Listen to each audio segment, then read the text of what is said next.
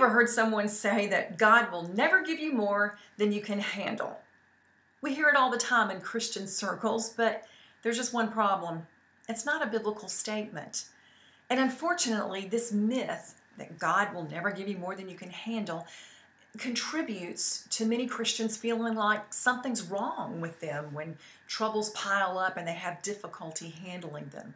Hi, I'm Connie Carey, and I want to give you 4 steps to dealing with life when it's more than you can handle. Now listen, in a difficult time, in a season of suffering, there is no quick fix. There's no easy answer or shortcut. But I want to mention these 4 steps that have been a great help to me when life has been more than I could handle, and I humbly offer them to you.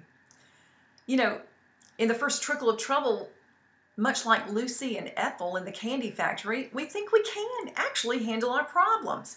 When that conveyor belt first started up in the candy factory, Lucy and Ethel saw those pieces of candy coming at a nice, even pace, and they said to themselves, "Oh, we're good."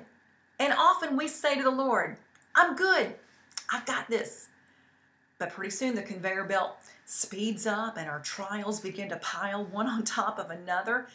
And before you know it, we're singing the same tune as the psalmist who said, "Troubles without number surround me." And how about these words from David, the man after God's own heart, who said, "Save me, O God, the waters have come up to my neck." Yes, there is a verse that says we will never be tempted beyond what we can bear, 1 Corinthians 10, but this is referring to temptation. The Bible makes it clear that God did indeed give some of his choice servants more than they could endure. Listen to this report from Paul in 2 Corinthians. He said, "We do not want you to be uninformed, brothers, about the hardships we suffered in the province of Asia. We were under great pressure, far beyond our ability to endure, so that we despaired even of life. Indeed, in our hearts, we felt the sentence of death. But this happened that we might not rely on ourselves, but on God, who raises the dead." Well, my 4 steps are from an acrostic from the word fall, and it's during those times that we definitely feel that we want to fall before God. The first one is F, focus and rely on the power of God. Now, I know what you're thinking, that you already know this, but listen, when you are in a period of darkness and it just doesn't seem to be lifting, the soil of our hearts is very soft so that it is able to receive not only truth, but also lies. So it's important that we fill our hearts and our minds with truth. Otherwise, those lies that come into our heads, like, it's always going to feel this way, or I can't go on, things like that, we begin to receive them as truth if we're not careful, and then we act on them.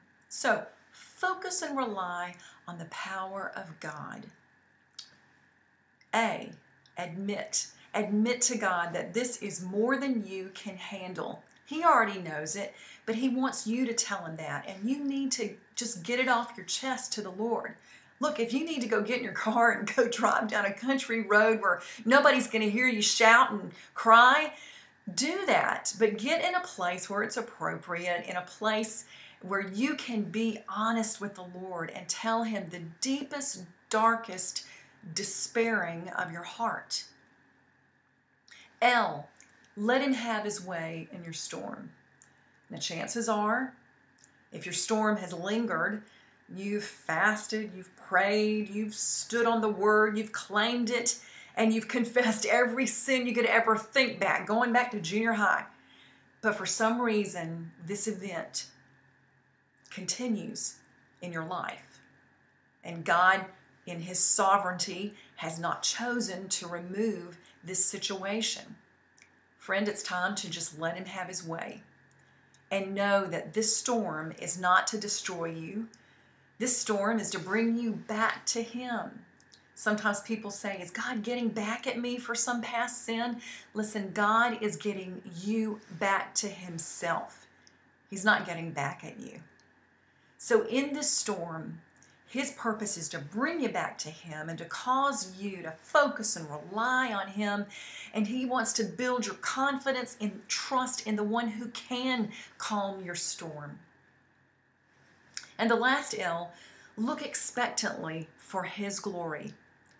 God has some golden nuggets of truth for you in this fire. He's not going to leave you here. He's either going to bring you through it, or He's going to give you the grace to endure through it. Either way, He's giving you a testimony, and He's going to use you to encourage and minister to other folks for years to come in ways that you cannot even imagine at this moment. So here it is one more time. Fall, F. Focus and rely on the power of our sovereign God. A. Admit that you cannot handle it. L. Let Him have His way in your storm. And the last L, look expectantly for His glory. Do you feel like Lucy in the candy shop today? Well, maybe it's time to remember that old song that we learned in preschool.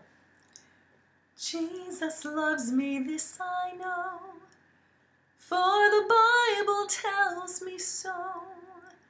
Little ones to Him belong, they are weak, but He is strong. God bless you.